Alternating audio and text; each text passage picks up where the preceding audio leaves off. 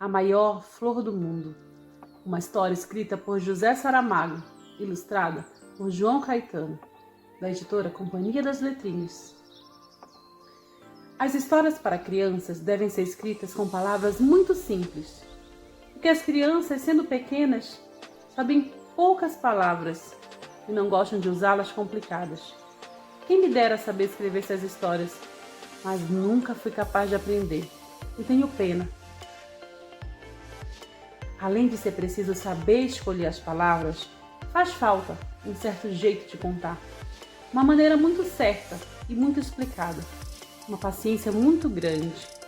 E a mim falta-me, pelo menos a paciência, do que peço desculpas. Se eu tivesse aquelas qualidades todas, poderia contar com pormenores uma linda história que um dia inventei, mas que, assim como a vão ler, é apenas o resumo de uma história, que em 2 palavras se diz. Que me seja desculpada a vaidade, se eu até cheguei a pensar que a minha história seria a mais linda de todas as que escreveram, desde o tempo dos contos de fadas e princesas encantadas. Há quanto tempo isso vai? Na história que eu quis escrever, mas não escrevi, havia uma aldeia. Agora vão começar a aparecer algumas palavras difíceis, mas quem não souber deve ir no dicionário ou perguntar ao professor.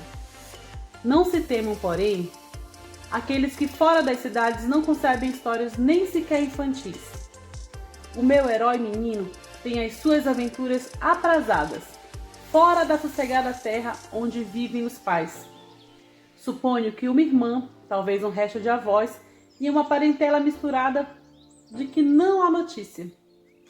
Logo na primeira página, sai o menino pelos fundos do quintal e, de árvore em árvore, como um pintacilgo, desce ao rio e depois por ele abaixo, naquela vagarosa brincadeira que o tempo alto, largo e profundo da infância a todos nos permitiu. Em certa altura, chegou ao limite das terras até onde se aventurara sozinho. Dali para diante, começava o planeta Marte, efeito literário de que ele não tem responsabilidade, mas com que a liberdade do autor acha poder aconchegar a frase. Dali para diante, para o nosso menino, será só uma pergunta sem literatura. Vou ou não vou? E foi. O rio fazia um desvio grande, afastava-se, e de rio ele estava já um pouco farto, tanto que o via desde que nascera.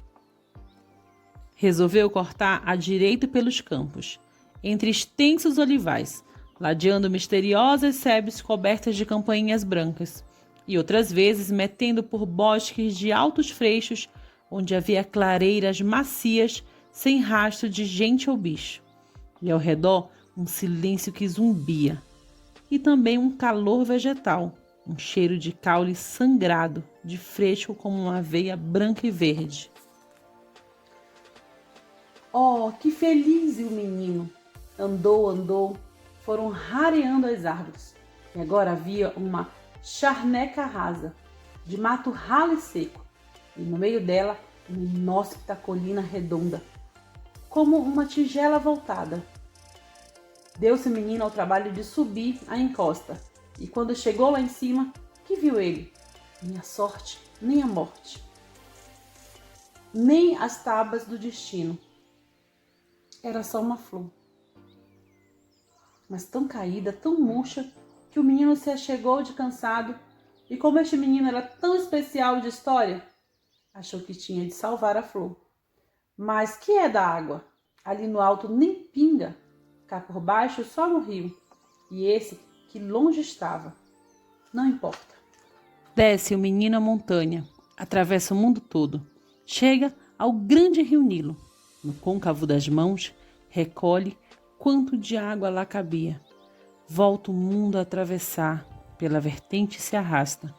3 gotas que lá chegaram, bebeu-as a flor sedenta.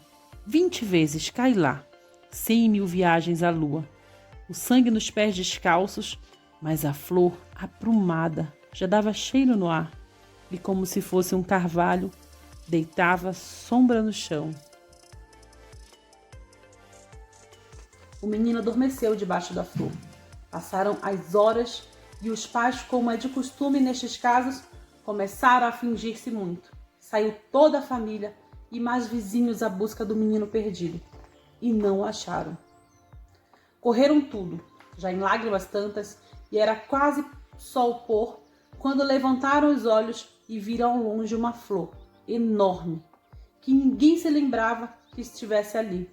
Foram todos de correria, subiram a colina e deram com o menino adormecido. Sobre ele, resguardando do fresco da tarde, estava uma grande pétala perfumada com todas as cores de arco-íris. Este menino foi levado para casa, rodeado de todo respeito, como uma obra de milagre. Quando depois passava pelas ruas, as pessoas diziam que ele saíra da aldeia para ir fazer uma coisa que era muito maior do que seu tamanho e do que todos os tamanhos. E essa é a moral da história. Este era o conto que eu queria contar. Tenho muita pena de não saber escrever histórias para crianças. Mais ou menos ficaram sabendo como a história seria e poderão contá-la de outra maneira, com palavras mais simples do que as minhas. E também, mais tarde, venham a saber escrever histórias para crianças. Quem sabe se um dia virei a ler outra vez essa história, escrita por ti, que me lês, mas muito mais bonita. Vitória, Vitória, acabou a história.